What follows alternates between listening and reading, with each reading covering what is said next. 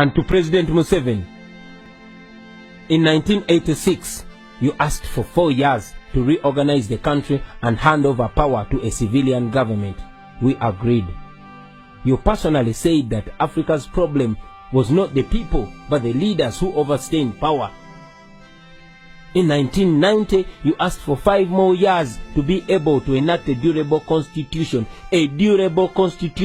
for the nation, and then go. We agreed. In 1995, you asked for a new mandate under the constitution. You asked for 5 more years. We agreed. In 2001, you requested the nation to renew your mandate for the last constitutional term. We agreed. In 2005, you moved to remove presidential term limits. You told us that you wanted only 5 years to be able to consolidate your achievements. We agreed. And then in 2011, you came back. You campaigned under the Prosperity for All slogan. You promised that poverty would be history in Uganda after that term, and that you would return to Rwachitura and look after your cows. These were your words. 2016 came, and again you came back, asking for the very, very last term. Yes, in a televised address, you told the nation, and you saw that you would certainly not lead beyond 75 years of age. You told us that after 75, a leader would no longer have the vigor required to run a country. That one, I think that one we had ignored. We had not discussed it. It can be discussed, but since we had not, but I think after 75, the vigor, I think there's some scientific idea there that maybe the vigor is not as much after 75 years. So that one I wouldn't quarrel with some. I know there are some leaders who have been leading even beyond 75. But I think if you want very active leaders, it's good to have the ones below 75.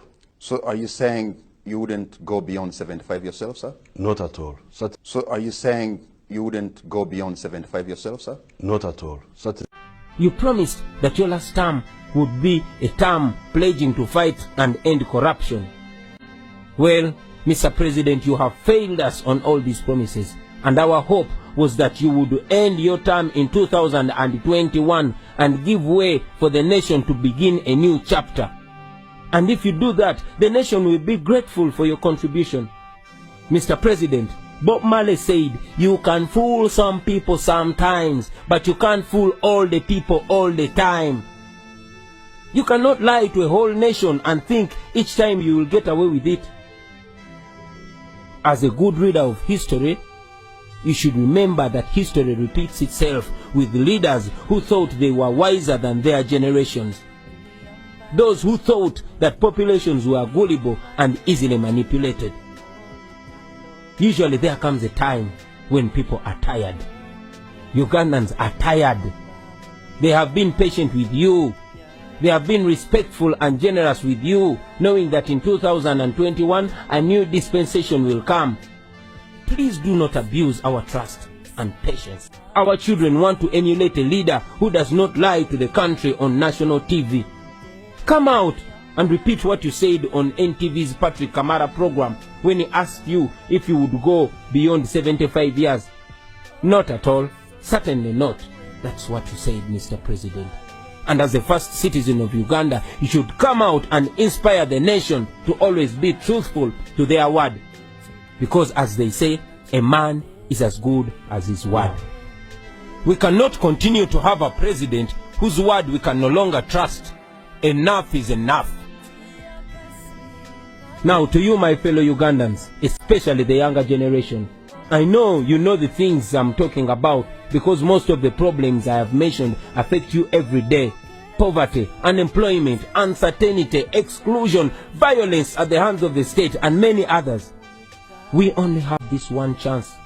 No matter your tribe, no matter your religion, no matter your political affiliation or creed, poverty and these terrible conditions in our country do not discriminate. Article number 1 of our Constitution says all power belongs to the people. We are the people. I want to call upon all leaders, from religious leaders, cultural leaders, leaders of the business community, members of civil society, leaders of educational institutions, journalists, bloggers, fellow artists, and all of you fellow Ugandans. Please don't keep quiet on this very sensitive matter on the future of our country, Uganda. As it has been said before, and now seems real in our times, that the world is suffering not because of the words of the evil people, but because of the silence of the good people.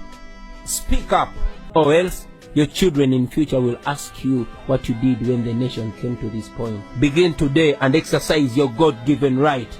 Call your member of parliament, or better still, pay them a visit and demand for accountability. Stand up and speak up. Rise up before it's too late, my brothers and sisters. And if you believe the words I'm saying are true, please translate this into your own language and into all the languages you know. Social media is available. Let us make use of this modern technology to emancipate ourselves, because the time is now. Make use of it now. Spread this word. Make sure everybody gets to know about this. Make sure everybody gets involved, because we are the country, we are the future, and the future is today. Thank you very much for God and my country.